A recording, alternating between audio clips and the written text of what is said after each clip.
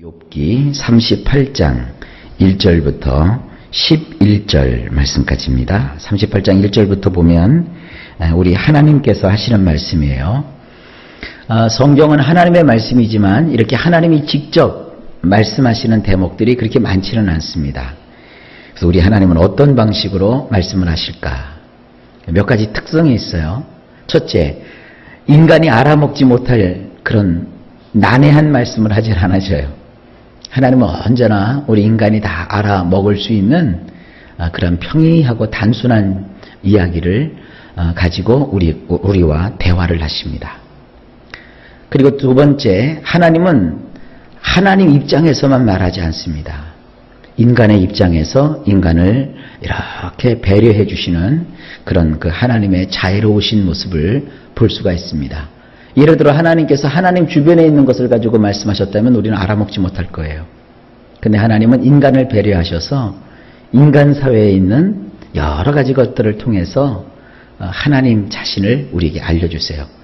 그도 그럴 것이 이것은 다 하나님의 작품이고 솜씨이기 때문이죠.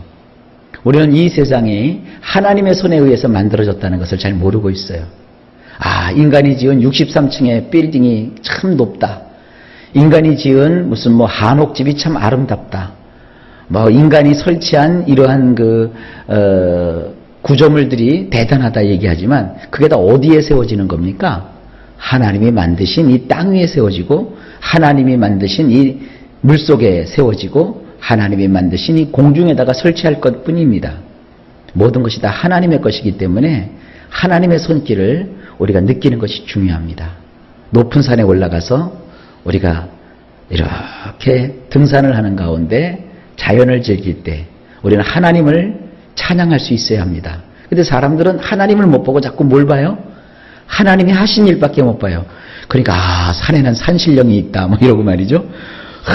산꼭대기 올라가 봐요. 그러면 태양도 신이고요, 바람도 신이고요, 무슨 산에 굉장한 존재가 있는 것처럼 느껴져요. 그러나 그건 다 뭐예요? 하나님의 신성의 일부란 말이에요. 그러니까 알지 못하던 시대에는 하나님을 경외하지 않았지만 우리는 또렷이 하나님의 말씀을 아니까 괜히 안 믿는 사람들하고 같이 산에 올라갔다가 안 믿는 사람들이 돌이나 나무에다가 이렇게 줄 띄워놓고 촛불 켜놓고 이러거들랑 야 같이 그렇게 하면 안 돼요. 나 아버지가 만드시고 아버지가 주신 거라고요. 자, 이런 큰 마음을 가지고 이제 하나님의 말씀을 오늘 귀 기울여 들으실 수 있기를 바랍니다. 1절입니다. 그때 여호와께서 폭풍 가운데에서 욥에게 말씀하여 이르시되, 원문 이렇습니다. 그 폭풍 밖으로 여호와께서 대답하셨다. 그분이 말씀하셨다. 여기에 나오는 이 폭풍은요, 비가 없는 거센 바람을 뜻해요. 이 바람은요, 조금 어려운 말을 제가 쓸게요. theophany라고 해서요, 하나님이 등장하실 때, 하나님이 임하실 때 늘 나타나는 거예요. 어떤 사람이 그래요. 하나님을 보여주면 내가 믿겠대. 그럼 제가 그렇게 얘기하죠. 당신 집이나 고치시오. 왜냐면 하나님 나타날 때는요, 바람이 불거든요. 초가집에 살면서 하나님이 내 앞에 나타나야 내가 하나님을 보겠다 그러면 하나님 보기도 전에 바람에 밀려서 죽어요.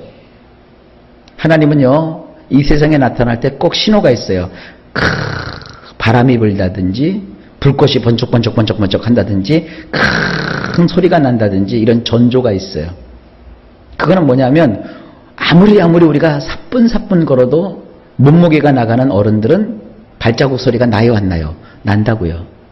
눈길을 걸을 때 뻐드득 하는 눌반분 소리가 나듯이 우리 하나님께서 움직이실 때는요, 전조가 항상 나타나는 거예요. 큰 폭풍이 분다든지 번개가 번쩍번쩍거린다든지 천둥 소리가 막 요란하게 하든지 그게 얼마나 강렬한지 이스라엘 백성들 앞에 하나님이 나타나셨을 때 이스라엘 사람들이 뭐라고 했냐면, 하나님이 우리에게 직접 말씀하지 말게 하십시오. 우리가 그 음성을 들으면 죽습니다 그랬다고요. 여러분이 정말 기도하다가 하나님을 만나게 되면요, 혹은 주님의 보좌를 보게 되면요, 여러분요, 그냥 그렇게 앉아있을 수가 없어요. 저는 주님의 보좌를 한 몇 번 경험을 했는데 그거 우리가 이렇게 하나님을 쉽게 생각할 수 있는 것이 아닙니다. 하나님은 두려운 분이십니다. 그런 하나님이 폭풍 가운데 임하셔서 그 폭풍 밖으로 하나님이 말씀을 보내셔서 깨닫게 하시는 거예요. 자, 이제 하나님이 정말 나타나신 거예요. 2절, 무지한 말로 생각을 어둡게 하는 자가 누구냐? 원문 이렇습니다. 이렇듯 조언한답시고 알지도 못하면서 말들로 어둡게 하는 자가 누구인가? 아주 지엄하게 말씀하시죠. 욥의 세 친구들에 대한 얘기죠. 욥에게 조언을 한답시고 말들을 많이 했지만 그 말들은 오히려 어둡게 했던 것이다. 누구냐? 하나님께서 나타나셔서 지엄하게 말씀하세요. 3절, 너는 대장부처럼 허리를 묶고 내가 네게 묻는 것을 대답할지니라. 원문 이렇게 돼 있어요. 내 허리 부위를 용사같이 단단히 묶기를 내가 청하노라. 내가 너에게 물어볼 테니 나를 이해시켜 보거라. 하나님이요, 욥에게 내 말 들어 이렇게 말씀하지 않습니다. 굉장히 정중하세요. 내가 너에게 청한다. 너는 용사같이 허리 부위를 단단히 묶어라. 이 허리띠는요, 아무나 하는 게 아닙니다. 용사들이 하는 거예요. 여러분 가만히 보세요. 집안에서 허리띠는 되게 남자들이 하잖아요. 남자들이 일할 때 허리띠를 띠든가요? 아니면 놀 때 허리띠를 띠든가요? 일할 때, 일하러 나갈 때 허리띠를 탁 차고 나가잖아요. 그게 마찬가지입니다. 옛날에도요, 군장을 갖추고 군사가 전쟁터에 나갈 때는 허리띠를 탁 동이매는 거예요. 그동안 욥은 다 풀어져 있었어요. 그죠? 다 놓았어요. 지쳤어요. 기진맥진했어요. 그러니까 하나님이 욥에게 먼저 뭐부터 하시는 거예요? 힘부터 내라고 하시는 거예요. 욥아, 너는 용사라. 일어나라.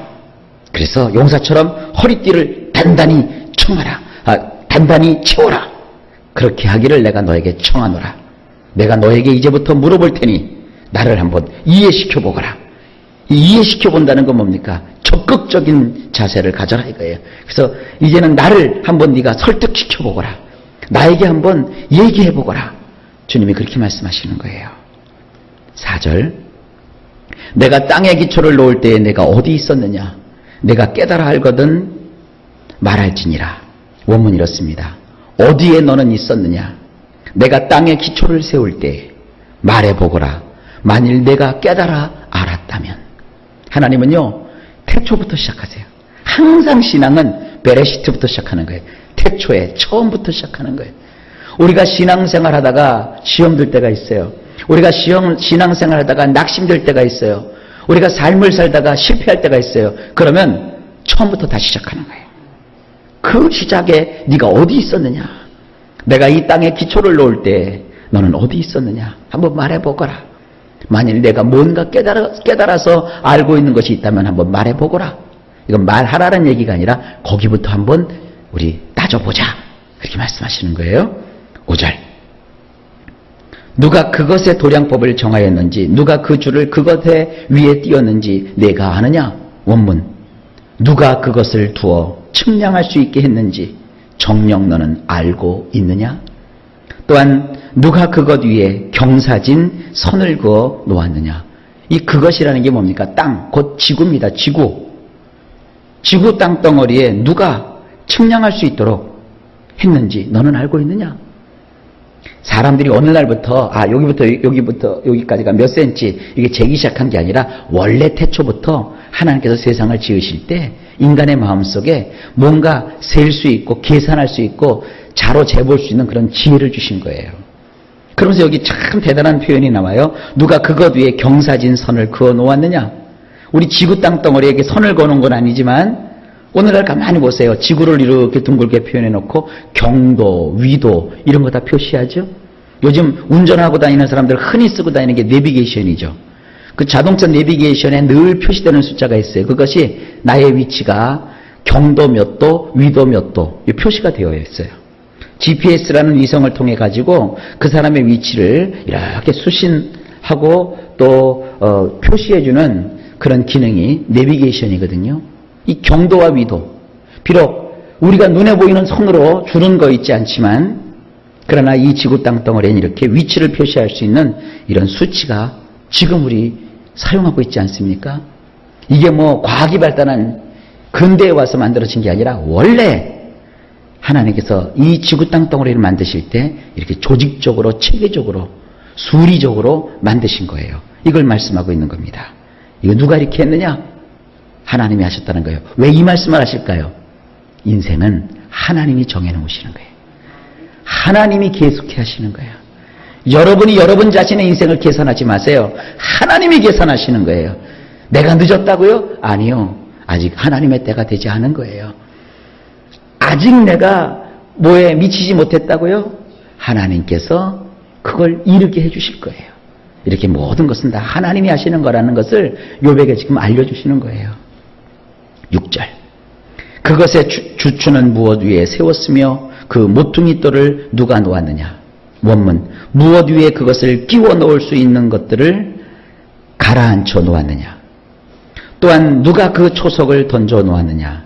자, 이것도 뭐냐면 어떤 것 위에 그것을 끼워 넣을 수 있는 것들을 가라앉혀 놓았느냐?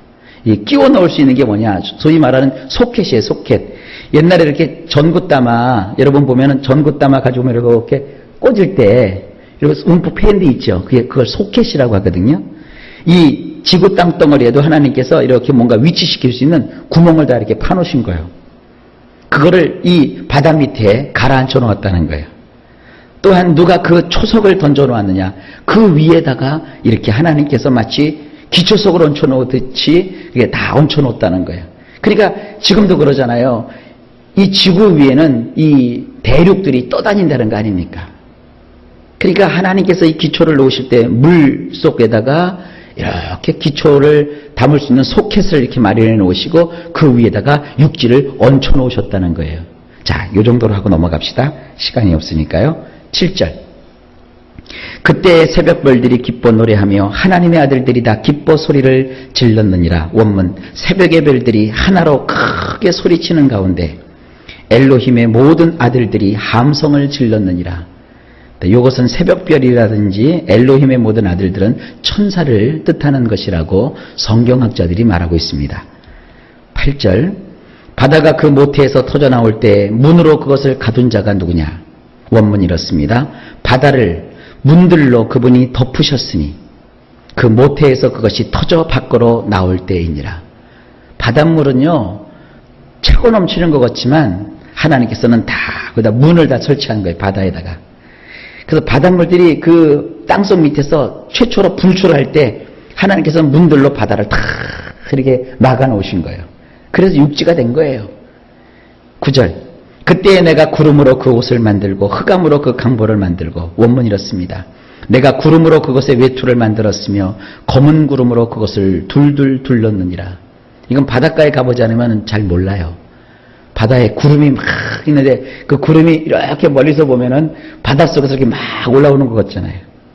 그리고 막 두터운 구름이, 시커먼 먹구름이 그 바다 수평선 저기에서 이렇게 뭉쳐있고 하는 그런 바닷가의 풍경을 여기서 보여주고 있습니다. 자, 10절. 한계를 정하여 문빗장을 지르고. 원문이 이렇습니다. 나는 그것을 내 원칙에 따라 제동을 걸었고 나는 빗장과 문들을 설치했노라. 오늘의 마지막 11절. 이르기를 내가 여기까지 오고 더 넘어가지 못하리니 내 높은 파도가 여기서 그칠지니라 하였노라. 원문이 이렇습니다. 나는 말하였다. 여기까지 내가 들어올 수 있으니 너는 넘지 못한다. 너의 물결들은 여기까지만 높이 오를 수 있노라. 자, 이게 무슨 얘기입니까? 하나님께서 천지를 만드는 것부터 쭉 얘기하시는 거예요. 지구를 만드는 거죠. 지구를 만드는데 거기 물이 있고 그 물 속에다가 소켓을 이렇게 다 박으셔가지고 그 위에다가 육지가 설 수 있도록 돌들을 큰 바위를 넣어서 그 소켓에 바다 밑에 이렇게 뿌리를 내리도록 육지를 그 위에다가 견고히 세우고, 그리고 하나님께서 또 바닷물이 육지로 넘어오지 못하도록 문들을 탁 설치하셔서 넘어오지 못하게 하시고, 그리고 파도가 높이 칠 때 너무 높이 치지 않도록 여기까지만 쳐라 그렇게 말씀해 놓으시고, 그리고 이 바닷물이 육지를 침범하지 못하도록 다 경계를 정하시고, 또 바다의 넓은 수평선 쪽에는 구름이 뭉게뭉게 피오르게 하시고, 이 육지에서 올라가는 이 수증기만 가지고서는요, 이렇게 비가 많이 올 수 없어요. 이 구름은 어디서 형성되는 거냐면 바다에서 형성되는 거예요. 그래서 바다에서 증발해 오는 그 수증기들이 하늘에 모여서 둘둘둘둘둘 말아놓은 모처럼 이 구름들이 막 형성이 돼요. 옛날에 어떤 다큐멘터리를 보니까요, 구름이 만들어지는 과정을 보니까 이 욥기가 생각이 나는 거예요. 이 바다에서요, 수증기가 막 올라오는데 그냥 이렇게 올라오는 게 아니라 막 바람을 타고 빙빙빙 돌면서 마치 우리가 담요를 둘둘둘둘 말듯이요, 그렇게 수증기들이 둘둘둘둘 말리면서 구름이 형성되는 거예요. 구름이 두꺼워지면 그것이 먹구름이 되는 거예요. 먹구름이 되면 하나님이 또 어떻게 하세요? 바람을 후 하고 부르셔요. 그 먹구름이 이렇게 이동하는 거예요. 그럴 때 우리 일기예배 때 맨날 보죠. 오늘은 고기압이 있고 저기압이 있고 기압골이 형성되어 있고 태풍이 불고 하면서 구름이 이렇게 이동하는 거예요. 그래서 이동해서 어느 순간에 딱 구름끼리 부닥쳐요. 그러면 거기서 번개가 번쩍하면서 때로는 소리도 나기도 하면서 우리 지상에서는 못 보지만 하늘 번개가 있다고요. 번쩍번쩍거리면서 이 구름들이 이동을 해요. 마치 그 소방차가 지나갈 때 번쩍번쩍번쩍 하시지, 이 구름을 잔뜩 두꺼운 구름이 물을 잔뜩 머금고 이것이 옮겨가는 거예요. 어느 지역에 딱 되면 거기서 비를 팍 쏟아내는 거예요. 이거 다 누가 하시는 거예요? 하나님이 하셨다는 거예요. 하나님 이런 분이세요. 참 신비한 일들 이루시는 거예요. 행복도 불행도 또 기쁨도 슬픔도 다 하나님이 하시는 거예요. 그러니까 우리가 인생 살 때 자꾸 여러분들이 계획 세워서 여러분들 마음대로 살지 말아요. 하나님의 뜻이 어디 있습니까? 그걸 구해야지요. 자꾸 그냥 내 생각대로 내 판단대로 하면서 나아가면 결국 아무것도 안 돼요. 그죠? 하나님의 하시는 거예요. 구름을 만드시고 바다를 조성하시고 또 파도의 높이를 정하시고 이 지구 땅덩어리의 경도와 위도를 세우신 그 하나님이 우리 인생도 그렇게 시줄과 날줄로 직조하듯이 우리를 만들어 가시는 거예요. 우리는 하나님의 주권을 인정합시다. 내가 좋다고 해서 내가 하면 안 돼요. 하나님이 좋아하시는가 그거 살펴야 돼요. 내 계획대로 삶을 살면 안 돼요. 나는 포기하고 싶어요. 나는 관두고 싶어요. 그러나 하나님이 나에게 포기하지 말라 하시면 나는 포기하지 않는 거예요.